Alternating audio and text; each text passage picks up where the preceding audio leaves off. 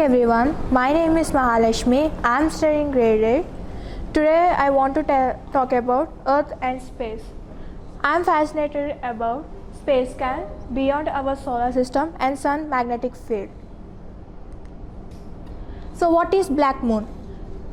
On the night of 19 August, a new moon called the black moon grazed and sinks in the northern hemisphere.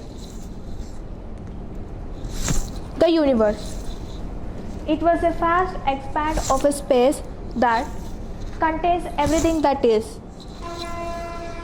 The universe contains all the galaxies, stars, and planets.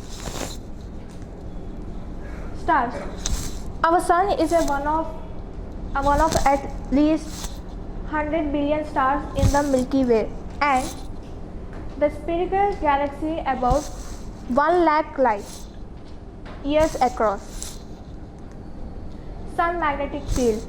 A sterile magnetic field is a magnetic field generally by the motions of conductive plasma inside a star. Thank you.